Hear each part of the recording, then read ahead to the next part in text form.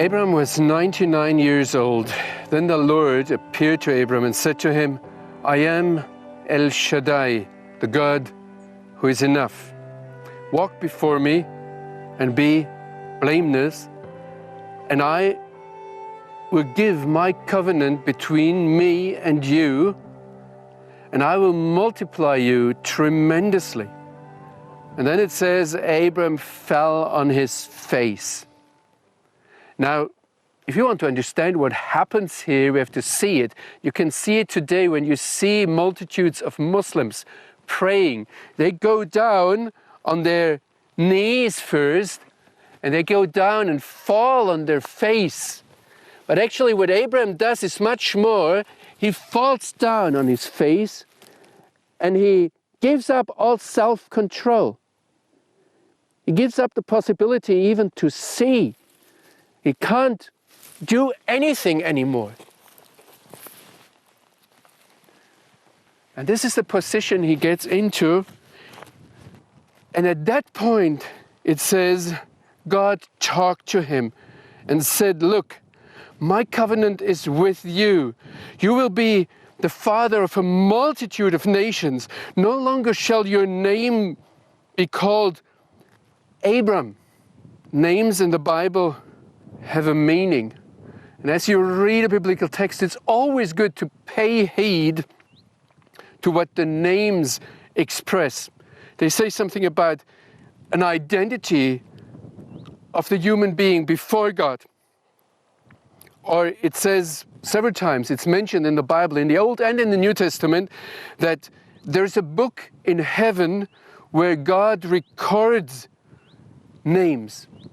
It actually says that the creator of heaven and earth not just created some ants on the ground or some, I don't know, some dust that's alive, but he knows by names each and everybody. Having a name, each and every person stands unmistakably before God. And think about it, your name is the only thing you may take into the afterlife. If Scripture gives names to people, they're sometimes connected to a certain event, or they express a character of a human being, or sometimes they are a commitment or a confession to an action of God, or they anticipate something in a biography. There's something like a program of life.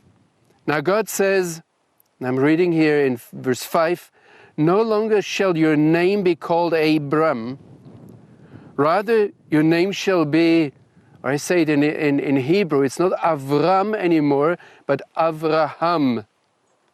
For I have made you a father of a multitude of nations. I will make you exceedingly fruitful. I will make you into nations. Kings shall come from you. The interesting thing is that what God does is he simply puts an hey, you would say H in English, into the middle of the name. He makes from Avram to Avraham. And one interesting observation is that God, today, the hey is an abbreviation for God's name. And actually what God does is he puts in the center of Abraham's name his own being, his own name. But what it makes in terms of meaning, Avram means high or lifted up or elevated or outstanding father. And now he makes him not just an outstanding father, but a father of a surge of nations. Maybe this was meant when God promised in Genesis 12 verse 2, I will magnify your name. I make it even greater than it was before, even more significant. Abram, by becoming Abraham, becomes the father of lots of nations. And some rabbis, for example, see that other nations will join him, that there will be proselytes, There will be people who are pagans before, and now they join the God of Israel. And they join the God who accompanies, goes with Abraham, and binds himself to Abraham. It's a crowd that comes with him. But Samson Raphael Hirsch, for example, a German rabbi of the 19th century, he observes something else. He says here the father, the av, becomes an ever. Again, I have to teach you Hebrew here, and it's not just a father, it becomes a limb, it becomes a part of a body, it becomes a tool. And Samson Raphael Hirsch sees in that God says, I'm not just using you with the nations, I'm not just making you the father of a lot of nations, I'm using you, I'm making you the tool with which I move nations.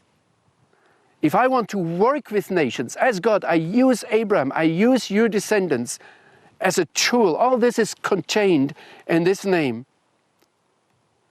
So I hope I gave you a glimpse to ponder that name even more and to pray about it.